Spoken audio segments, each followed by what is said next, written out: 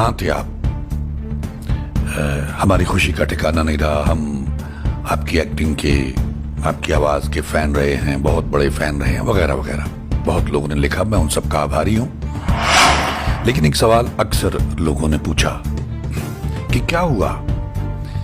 कुछ लोगों ने अभी पूछना शुरू किया, आप फिल्मों में क्यों नहीं आते, आप सीरियल्स में क्यों नहीं आते? बहुत मुश्किल था सरवाइव करना सिर्फ थिएटर के ऊपर। तो भाग्य काम आया, बंबई पहुंचने में भी और यहां आने में भी भाग्य। जुनून उनमें बहुत ज्यादा पॉपुलर रहा। जुनून का टाइटल सॉन्ग बड़ा मशहूर था, अभी भी नेट पे मिल जाता है, काफी सारे एपिसोड्स में मिल जाते हैं। तो मैंने जुनून के अलावा बहुत सारे सीरियल्स किए। सिनेविस्टा के साथ में ज्यादातर मेरे सीरियल्स थे। मौलाना आजाद, जैसे मौलाना आजाद को लहू के फूल, तो पैंथर उसमें डिटेक्टिव सीरियल था एक, तो उसमें डिटेक्टिव का रोल किया था। नूरजहां मेरा अंतिम सीरियल, जैसे मैंने शहंशाह अकबर का रोल किया। तो ये सारा काम मैं करता रहा। फिल्में काफी की। खून भरी मांग और जख्मी औरत से मेरी शुरुआत हुई थी। आखिरी अदालत एक फिल्म थी, उसमें मैं वकील था। जिंदगी के जुआ, निशाना, युगांधर, अंबा, ऐसे बहुत सारी, विश्व आत्मा, प्यार का देवता, नागमणि, बहुत सारी फिल्में मैंने की। मैंने इसका पहले जिक्र किया है कि बिना टिकट के भी ट्रैवल किया, प्लेटफॉर्म पे भी सोना पड़ा और किसी के बरामदे में मैंने 6 महीने काटे दिल्ली में। जब समय आया, शनिदेव महाराज की महादशा आई, तो मुझे ले गए बंबई। अब जब वो फिल्म बनाई, बहुत अच्छी बनी, ईश्वर ने कृपा करके लिखवाई, रिसर्च करवाई और उसको हमने दिखाया, तो बहुत जबरदस्त रिस्पॉन्स था ऑल ओवर, जहां भी हमने दिखाया। अब ये एक प्रोसेस था जाग लगने का। ये मेरे भाग्य के मुताबिक मेरी यात्रा थी, ये उसकी कृपा की निशानी थी। ये जब वो समय निकट आ रहा था कि मेरा कायाकल्प होना था, तो इतिहास से दरबार साहब पे, फिर धर्म पे, गुरु ग्रंथ साहब पे और उसके बाद गुरबाणी पे आ गए। Divine healing powers of Gurbani, इस पे आ गए।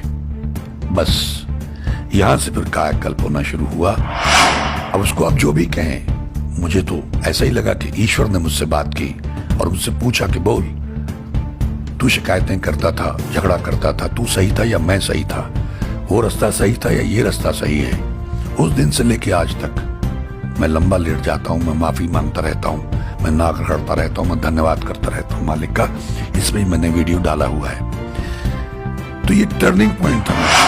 एम ही बदल गया, टारगेट ही बदल गया। टारगेट है मोक्ष, टारगेट है ईश्वर का रूप होना, खुद मुक्त होना, जीते जी मुक्त होके जाना और दूसरों को मुक्त करवाना। मकसद तो ये हो गया। फिर यहां 10 नवंबर 2018 को उस हरि, उस अल्लाह, उस वाहिगुरु, उस गॉड की अपार कृपा हुई और उनके निर्देश पर उनका ही अंश, उनका ही रूप, गुरु पिता ओमकारा जी महाराज अदृश्य रूप में यहां पधारे। अब अगर वो शक्ति जो ईश्वर का रूप है, ईश्वर के आदेश पे, ईश्वर के निर्देश पे, ईश्वर की आज्ञा से ही मुझे उत्तर देती है, ऐसी शक्ति ईश्वर का अंश है, तो निश्चित रूप से इसमें मेरा कुछ भला होगा। कि अगर इसको आध्यात्मिक दृष्टिकोण से देखा जाए तो ऐसा लगता है कि मैंने ईश्वर के पास बैठ के अपना भाग्य लिखवाया है। यदि मुझे दोबारा इस संसार में आने का मौका मिले, तब भी मैं चाहूंगा कि मुझे ऐसी ही मालिक की सेवा दे। मजाई भी हुई, खेती भी करवाई, गोबर भी डलवाया, चारा भी कटवाया, सब कुछ करवाया और शिखर भी दिखाया और उसके बाद अध्यात्म में ले आए। तो कोई भ्रम नहीं है, सब कुछ दिखा दिया। झूठा संसार है, काल्पनिक संसार है, एक ऐसा संसार जो है ही नहीं।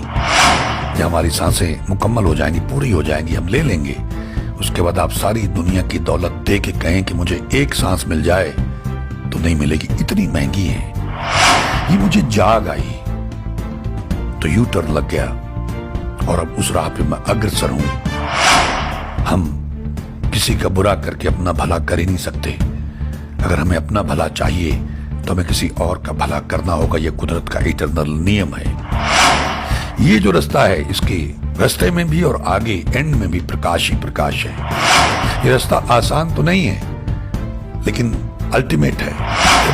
कई बार बहुत सारे जन्म गुजर जाते हैं हमें इतनी बात भी पता नहीं चलती है। तो ये मेरा अहोभाग्य था, मेरा बहुत बड़ा सौभाग्य था कि ये बात पकड़ में आई और मैं इस राह पे चल